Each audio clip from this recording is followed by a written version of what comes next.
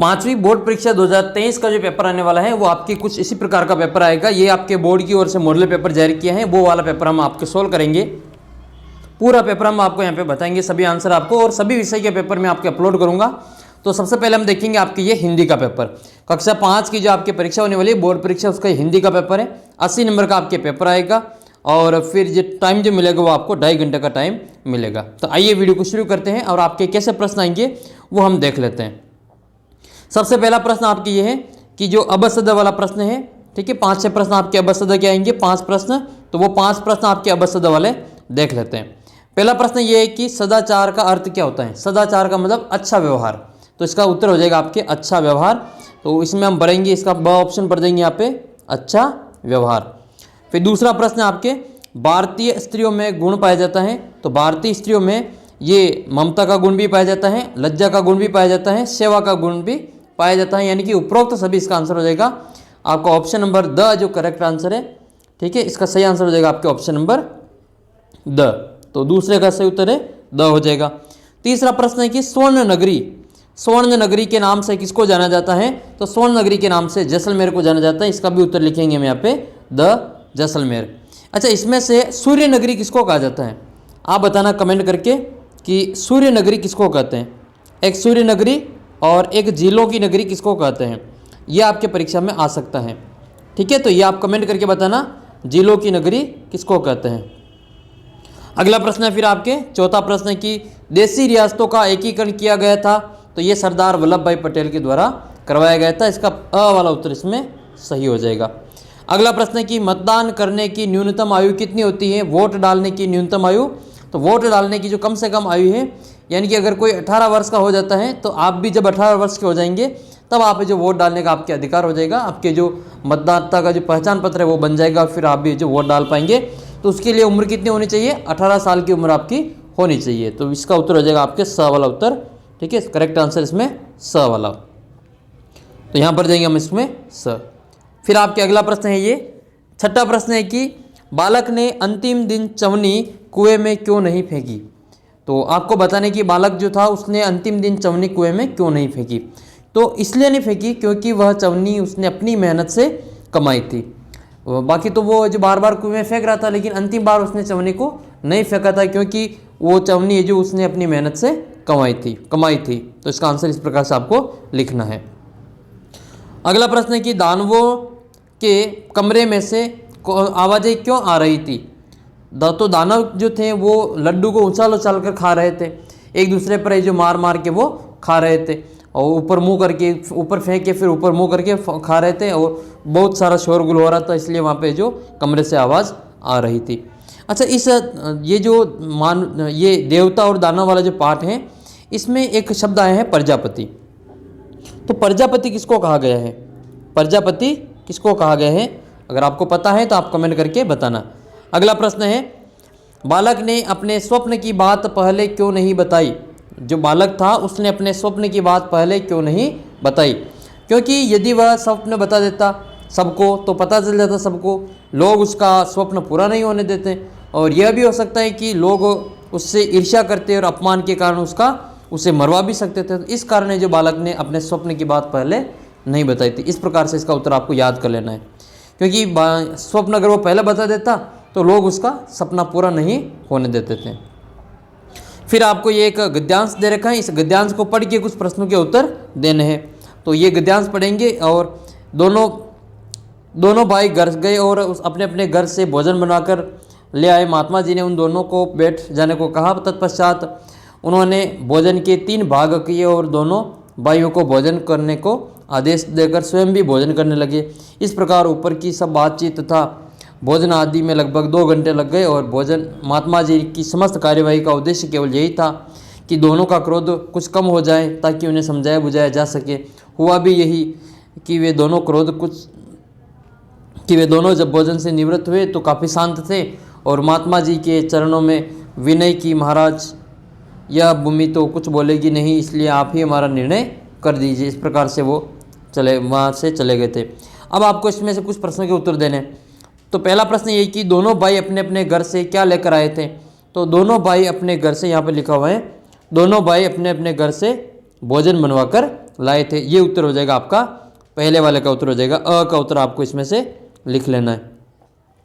दूसरा प्रश्न है कि भोजन के कितने भाग किए, तो इसका उत्तर आपको यहाँ मिलेगा, उन्होंने भोजन के 3 भाग किए। ये इसका उत्तर हो जाएगा। ये आपको लिख लेना है ब वाले में, ठीक है, ये ब वाले में आपको लिख लेना है, ये ब का उत्तर हो जाएगा। फिर आपका तीसरा है बातचीत और भोजन आदि में लगभग कितना समय लगा, तो कितना समय लगा, ये यहाँ पे इस प्रकार है, जो ऊपर की बातचीत और भोजन आदि में 2 घंटे लग गए, तो इसमें आपको लिखना है लगभग 2 घंटे लग गए। तीसरा इसका अगला प्रश्न है समस्त कार्यवाही का उद्देश्य क्या था, तो समस्त कार्यवाही का उद्देश्य क्या था, ये यहाँ पर आया है। महात्मा जी ने समस्त कार्यवाही का उद्देश्य केवल यह था कि दोनों का क्रोध कुछ कम हो जाए, ये उनका उद्देश्य था, तो ये आपको द में भर देना है। अगला प्रश्न आपके है कि 12 महीनों का होता है, तो 12 महीने में क्या होता है, 12 महीने का 1 साल होता है, 1 वर्ष होता है। आपको ये लिख लेना है 12 महीने में 1 वर्ष होता है। अच्छा, एक उत्तर आप बताना कि एक सप्ताह में कितने दिन होते हैं, एक सप्ताह में कितने दिन होते हैं, इसका उत्तर आप कमेंट करके बताना। और इस चैनल को सब्सक्राइब कर लेना, जो सब्सक्राइब का बटन है उसको दबा देना, ताकि आपके सभी पेपर में डालूंगा तो आपके पास पहुंच जाएंगे वो सारे पेपर। मैं आपके गणित का पेपर भी डाल दिया है और उनकी लिंक आपको नीचे डिस्क्रिप्शन बॉक्स में मिल जाएगी। और 5वीं क्लास का जो व्हाट्सअप ग्रुप है उसमें ज्वाइन हो जाना, उसका लिंक भी आपको नीचे डिस्क्रिप्शन बॉक्स में दे रखा है, इसकी PDF आपको वहाँ पर मिल जाएगी। तो 12 महीनों में 1 साल होता है, ये आपको लिख लिया यहाँ पे। अगला है रिक्त स्थानों की पूर्ति करनी है। मन भावन सावन आते ही रिक्त स्थान छा जाती है, ये कविता आपको याद होगी। तो हरियाली छा जाती है, इसमें आपको हरियाली भर देनी है। लोकतंत्र की झांकी ले आती है, तो 26 जनवरी ले आती हैं, तो ये आपको 26 जनवरी भर देना है। त्योहारों का देश हमारा हमको इससे प्यार है, ये आपको यहाँ पे भर देना है। रिक्त स्थानों की पूर्ति भर दी। अब आपको मिलान करना है, तो इसमें समान अर्थ वाले से मिलान करना है, उनके समान अर्थ वाले शब्दों से मिलान करना है। तो कुटुंब का मतलब परिवार होता है, तो कुटुंब को हमने परिवार से मिला दिया।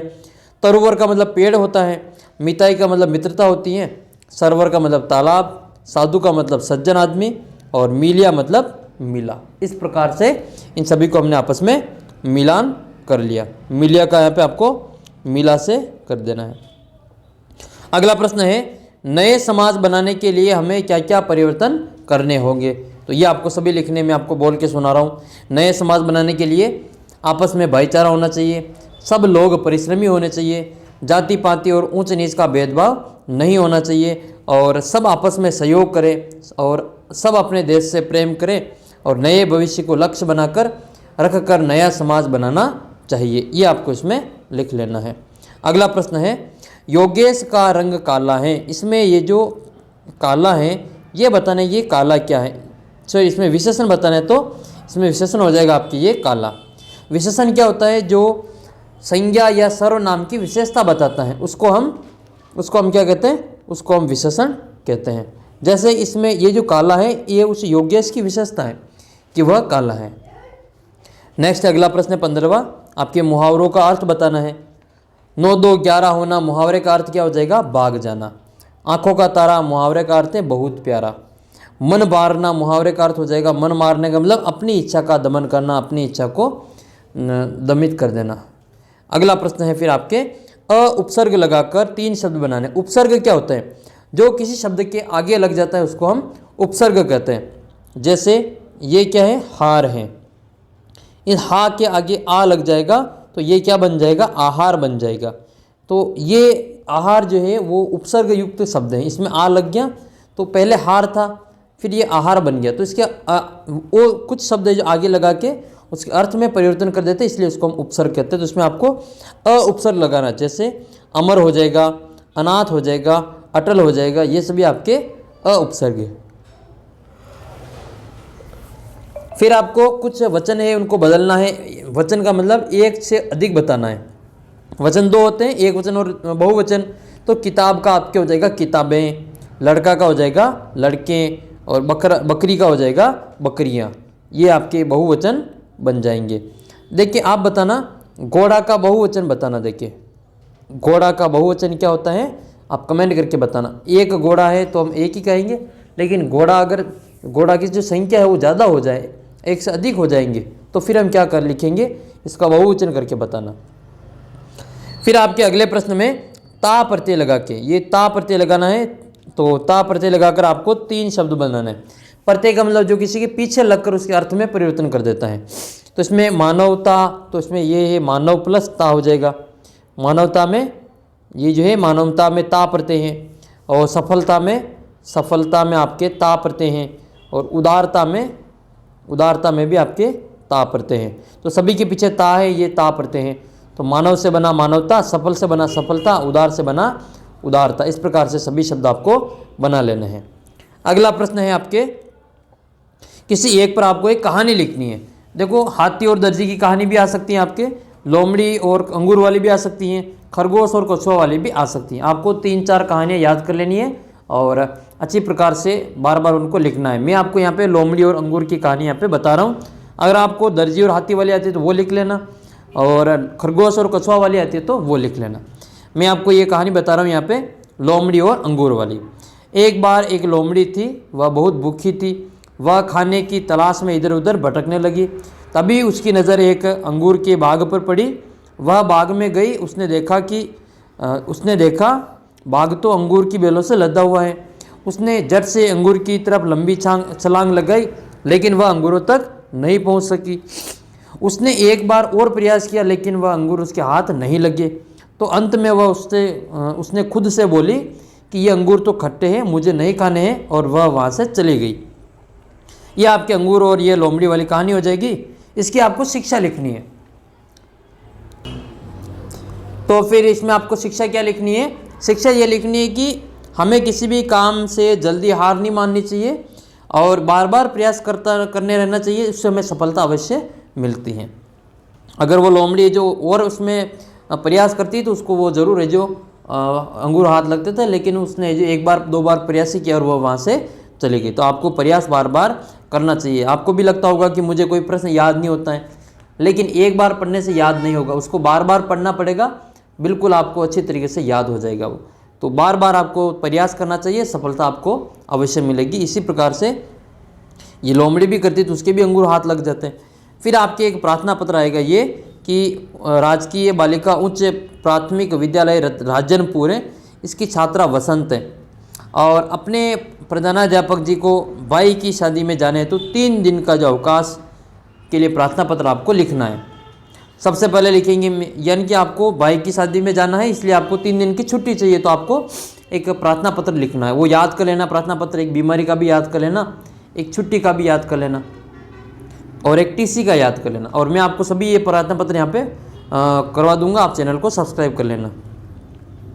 सबसे पहले हम लिखेंगे यहाँ पे सेवा में श्रीमान प्रधानाध्यापक जी और राजकीय बालिका उच्च माध्यमिक विद्यालय राजनपुर। जो आपको पेपर में नाम दे रखा है वही नाम आपको यहाँ पे लिख लेना है। तो ये हम लिखेंगे सेवा में श्रीमान प्रधानाध्यापक जी बालिका राजकीय उच्च प्राथमिक विद्यालय राजनपुर, है ना, ये लिखा हमने।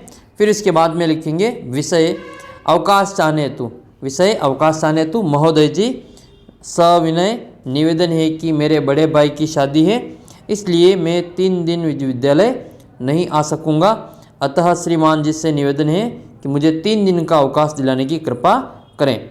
आपका आज्ञाकारी शिष्य। फिर आपको उसमें नाम लिख लेना है अपना। नाम क्या लिखोगे? अपना नहीं लिखना है, जो आपको पेपर में दे रखा नाम वही लिखना है। इसमें वसंत दे रखा है तो फिर आपको वसंत ही लिखना है। यहाँ पे वसंत नाम लिख लिया अपने वसंत, और अपनी कक्षा लिख लेनी है 5th क्लास, और फिर आपका रोल नंबर यहाँ पे लिख लेना है। यहाँ जिस दिन आपको ये प्रार्थना पत्र लिखते हो उस दिन के जो दिनांक डाल देनी है, यहाँ पे लिख लेना आपको धन्यवाद। तो ये आपकी जो पूरी प्रार्थना पत्र इस प्रकार से तैयार हो जाएगी। 20वां प्रश्न है, एक वर्ग पहली दे रखी है, इसमें आपको कुछ प्रश्न पूछे गए हैं, तो उन प्रश्नों के आपको जवाब देने हैं। एक फल का नाम बताना है, तो फल के नाम में आप क्या बताओगे? आम बता दोगे, ये रहा आम, देखो फल के नाम में ये रहा आम, तो यहाँ आम लिख लोगे, तो ये हमने आम लिख लिया। फिर हमको एक लड़की का नाम बताना है, तो लड़की का नाम देखो इसमें ये राधा रहा है, राधा, तो इसमें आप लिखोगे राधा, ये हमने राधा यहाँ पे लिख लिया। इसी प्रकार से अग्नि का पर्यायवाची, अग्नि को कहते हैं आग, तो अग्नि को आग यहाँ पे लिख लेंगे, ये वाला आग, ये रहा आग, यहाँ पे लिख लिया। जिसमें पौधा लगाते हैं उसको कहते हैं गमला, उसको क्या कहते हैं? उसको कहते हैं गमला, तो ये रहा गमला, ये गमला है ना, ये गमला, तो अब ये हमने लिख लिया गमला। और एक व्यक्ति का नाम, तो इसमें ये रहा राम, व्यक्ति का नाम क्या है इसमें राम, तो हमने इसमें लिखा राम। फूलों का रस चूसने वाला, तो ये लिखा हुआ है बोरा, तो ये रहा है बोरा, ये लिख लेंगे हम बोरा। इस प्रकार से सभी प्रश्न के उत्तर आपको यहाँ पे लिख लेने हैं। 21वां प्रश्न है आपका एक निबंध लिखना है। 21वें प्रश्न में आपको निबंध लिखना है। चाहे तो आप अपने मोबाइल का उपयोग के बारे में लिख सकते हो, या मेरा विद्यालय के बारे में लिख सकते हो, या फिर आपको रक्षाबंधन के ऊपर निबंध लिखना है। तो मैं आपको यहाँ पे मेरे विद्यालय पे कुछ लाइनें लिख के बता रहा हूँ, आप भी चाहे तो उसको याद कर लेना। मेरा विद्यालय में आपको सबसे पहले अपने विद्यालय का नाम लिख लेना है कि मेरे विद्यालय का नाम राजकीय प्राथमिक विद्यालय, जो भी आपके विद्यालय का नाम है वो आप लिख लेना। आप बताना चाहिए कमेंट करके आपके विद्यालय का नाम क्या है। आपका विद्यालय राजकीय प्राथमिक विद्यालय है, राजकीय उच्च प्राथमिक है, राजकीय माध्यमिक है, या राजकीय उच्च माध्यमिक है, किस प्रकार का विद्यालय है आप कमेंट करके इसका उत्तर बताना। देखिए आपके विद्यालय का नाम क्या है। तो आपको एक लाइन तो ये लिखनी कि मेरे विद्यालय का नाम राजकीय प्राथमिक विद्यालय। फिर दूसरी बार लाइन में लिखनी कि मैं कक्षा 5 में पढ़ता हूँ। तीसरी लाइन आपको ये लिख लेनी है कि आपके विद्यालय में कितने अध्यापक हैं, तो 2 अध्यापक हो तो 2 लिख लेना, 3 हो तो 3 लिख लेना, और कितने विद्यार्थी पढ़ते हैं ये आप बता देना। मेरे विद्यालय में एक बड़ा खेल का मैदान है, ठीक है, खेल का मैदान के बारे में बता देना है। मेरे विद्यालय में 5 हवादार कमरे हैं। आपके विद्यालय में जितने भी कमरे हो उन कमरों की संख्या यहाँ पे घटा बढ़ा के लिख लेना अपने हिसाब से। फिर आपके अगला प्रश्न है, अगला बिंदु है कि मेरे विद्यालय में एक छोटा सा सरस्वती माता का मंदिर बना हुआ है, तो ये भी आप इसमें लिख सकते हैं। इसके अलावा मेरे विद्यालय में एक पानी की टंकी है, पानी की टंकी के बारे में लिख सकते हैं, तो यहाँ पानी की टंकी के बारे में बता देना। मेरे विद्यालय में प्रतिदिन सभी बच्चे पढ़ने आते हैं, तो ये भी आप बता सकते हो। और मेरे विद्यालय में सभी अध्यापक अच्छा पढ़ाते हैं, ये भी आप इसमें बता सकते हैं। और मेरा विद्यालय सबसे अच्छा प्यारा है, यह आप लाइन लास्ट में लिख देना।